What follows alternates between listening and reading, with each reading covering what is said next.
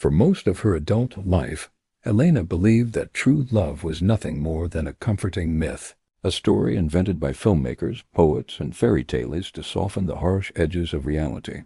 To her, love was something people talked about because they were afraid of being alone, not because it truly existed in a lasting, unconditional form.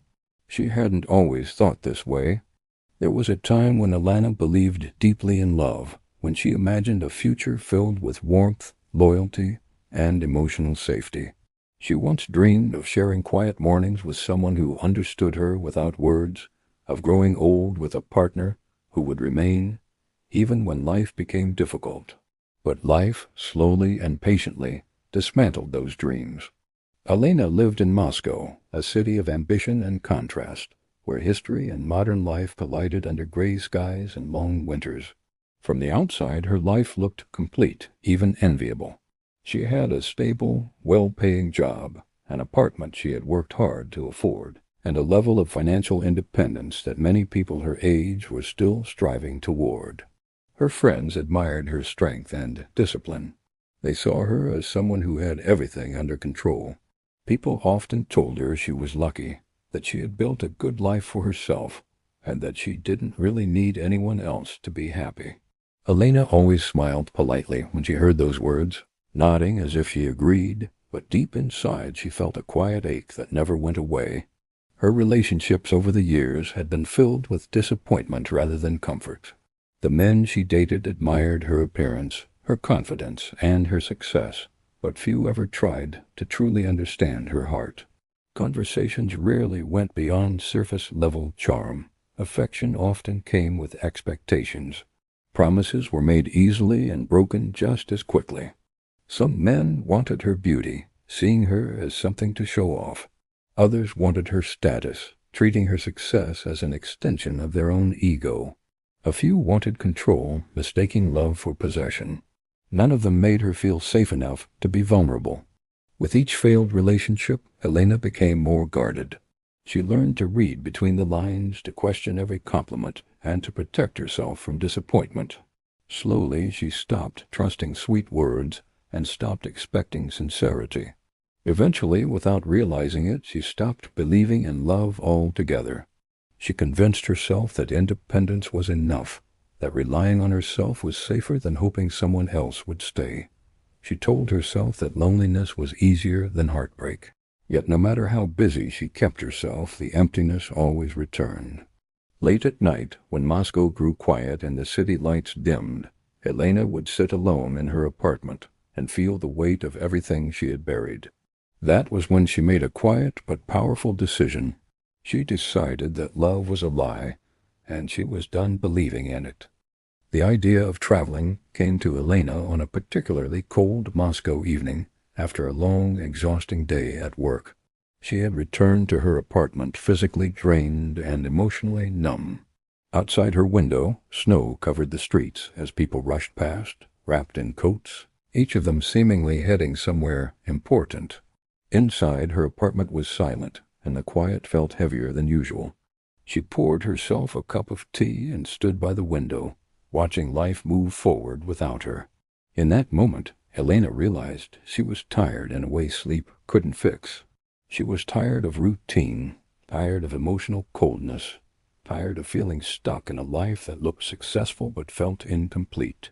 She wanted distance, not just from her city, but from her own thoughts. That night, she opened her laptop and began searching for travel groups and cultural exchange programs. She wasn't looking for luxury resorts or thrilling adventures. She wanted warmth, peace, and somewhere far away from everything that reminded her of disappointment. One destination kept appearing again and again: the Philippines. Elena knew very little about the country beyond images of white beaches, tropical weather, and smiling faces she had seen on television. It felt distant, unfamiliar, and completely outside her comfort zone. And for the first time in a long while, that uncertainty excited her. Without overthinking it, she chose the Philippines.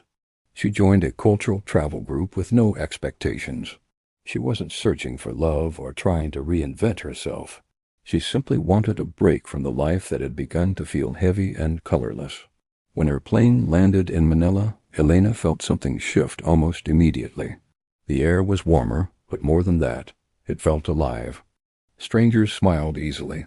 Airport staff spoke kindly, even when busy. People laughed openly, even in crowded spaces. It was a small thing, but it touched her deeply. For the first time in years, she felt genuinely welcome. As the trip continued and the group traveled to different parts of the country, Elena felt herself slowly relax. When they arrived in Cebu, life seemed to move at a gentler pace. People took time to talk. Strangers greeted one another warmly. The city felt alive in a way Moscow never had for her. The slower rhythm allowed Elena to breathe again, to feel present rather than constantly rushing forward. She had no idea that this peaceful pause in her life was about to change everything. One morning, the travel group visited a busy local market in Cebu. It was alive with sound and color. Vendors called out cheerfully. Children laughed as they ran between stalls, and the air was filled with the scent of ripe fruit, cooked food, and fresh produce. Elena wandered through the market slowly, taking photos and admiring the energy around her. For the first time in a long while, she felt curious instead of cautious. Then she realized she could no longer see her group. At first, she told herself not to panic, but as the minutes passed, her heart began to race. She stood still, holding a folded map, unsure of which direction to go. The noise around her suddenly felt overwhelming. She didn't speak the language well, and her phone signal was fading. The sense of being lost brought back an old feeling she knew too well, vulnerability. That was when a gentle voice broke through her thoughts and asked if she was lost.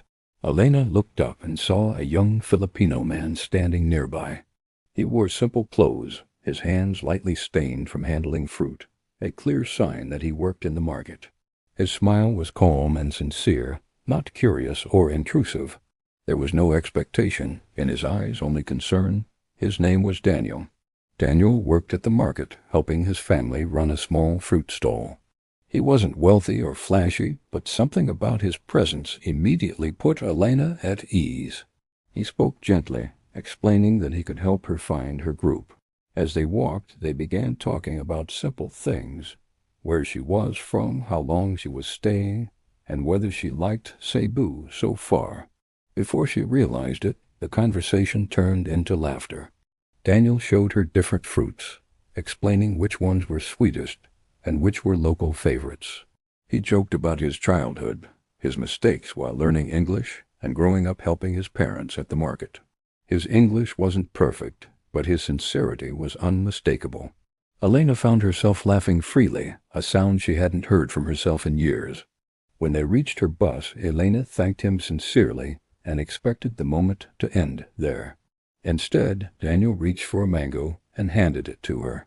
He said it was the sweetest fruit in the market, then shyly added that it still wasn't sweeter than her smile.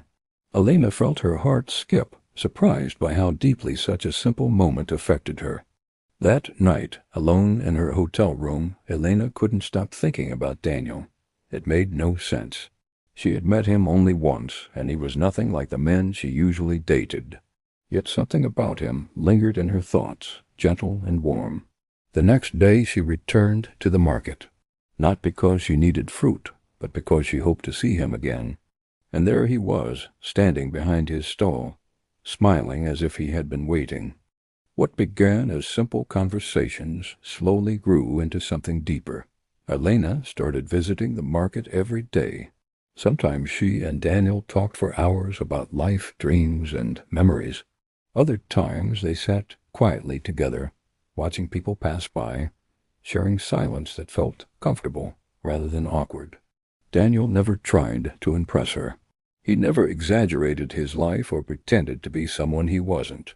He spoke honestly about losing his father, about working hard to support his siblings, and about carrying his dreams quietly without complaint.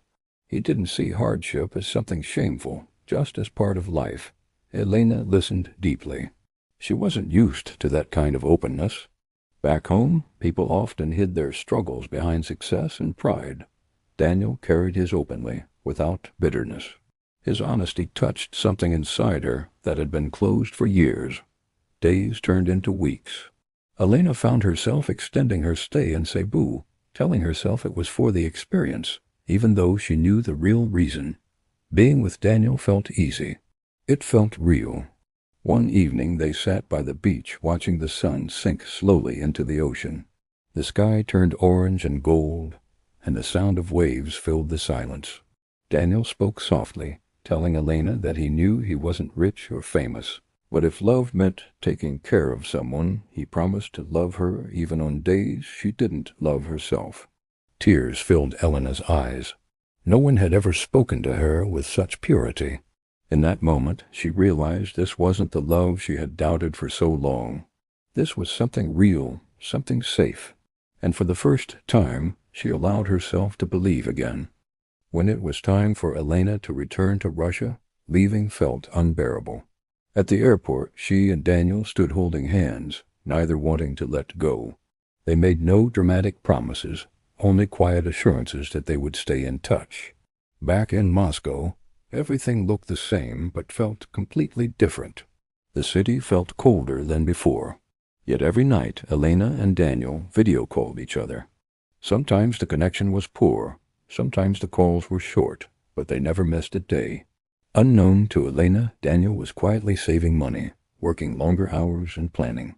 One winter night, he surprised her by telling her he had his passport. Months later, Daniel arrived in Moscow. When Elena saw him standing there in the snow, she ran to him and cried openly. The same man who had once helped her find her way in a market was now standing in her world. Before he returned home, Elena gave him a ring, telling him it wasn't a promise, but a reminder of the hope he had given her. Daniel smiled and said he would come back for her. A year later, Elena moved to the Philippines. She left her old life behind to start fresh with Daniel near the sea. Together, they built a small home that wasn't luxurious, but was filled with peace and warmth. They didn't have much money, but they had understanding, patience, and care. As the years passed, their love deepened. One evening, Daniel returned the same ring she had once given him and told her that this time it was a promise. She said yes. They married by the sea under the same golden sky where they once watched the sunset as strangers. Elena often smiled and said she didn't believe in love until a Filipino man taught her how to love without fear. Sometimes love doesn't come when we're ready. Sometimes it finds us when we've already stopped believing, through a simple act of kindness in a distant place, from someone who speaks a different language but understands our heart perfectly. If this story touched you, like the video, share your thoughts in the comments, and subscribe to the channel for more heartwarming stories that remind us that love knows no borders, because somewhere out there someone may still be waiting to help you find your way.